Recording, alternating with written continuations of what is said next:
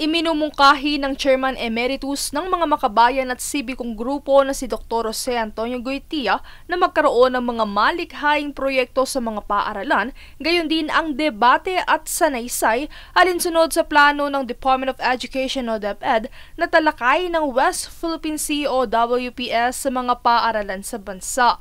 Ito anya ay upang maging mas kawili-wili at kapaki-pakinabang ang pagtuturo sa naturang paksa. Hindi kasi anya sapat na makita lamang ang WPS sa mapa. Bagkus ay dapat umano itong maramdaman sa mga kwento at awitin upang umusbong ang tunay na diwa ng pagiging makabayan.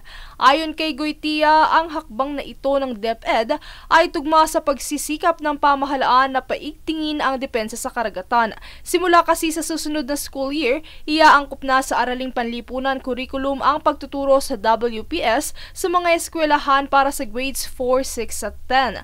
Bahagi ang National Task Force for the West Philippine Sea at Philippine Coast Guard sa inisyatibang ito ng DepEd kung saan isa itong hakbang sa pagpuksa sa disinformation na ipinapakalat ng China, partikular na ang walang batayang pag-aangkin nito sa teritoryo ng bansa. Kabilang din sa mga nais na isulong ng paksang ito ay ang pahalagahan ang maritime heritage ng bansa sa pamamagitan ng pagtuturo ng karapatan sa soberanya at integridad ng teritoryo sa WPS.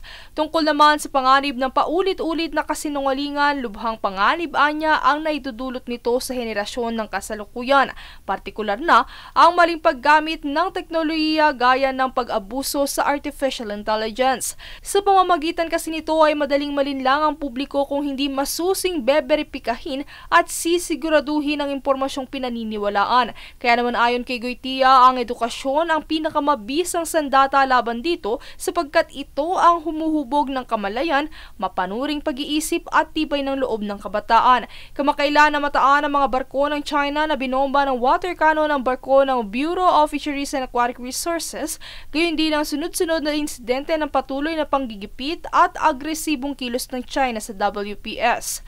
Kaya giit ni Goytia na hindi lang ito tungkol sa kasaysayan, kundi sa paghubog ng mga kabataang may malasakit sa bayan. Bukod dito ay binigyang diin din niya ang kahalagahan ng pagbibigay ng suporta sa mga guro sa pamamagitan ng tamang kagamitan gaya ng mapa at materyales, gayon din ang pagsasanay para maturo ng maayos sa mga leksyon. Princess Castro nag-uulat para sa Golden Nation Network.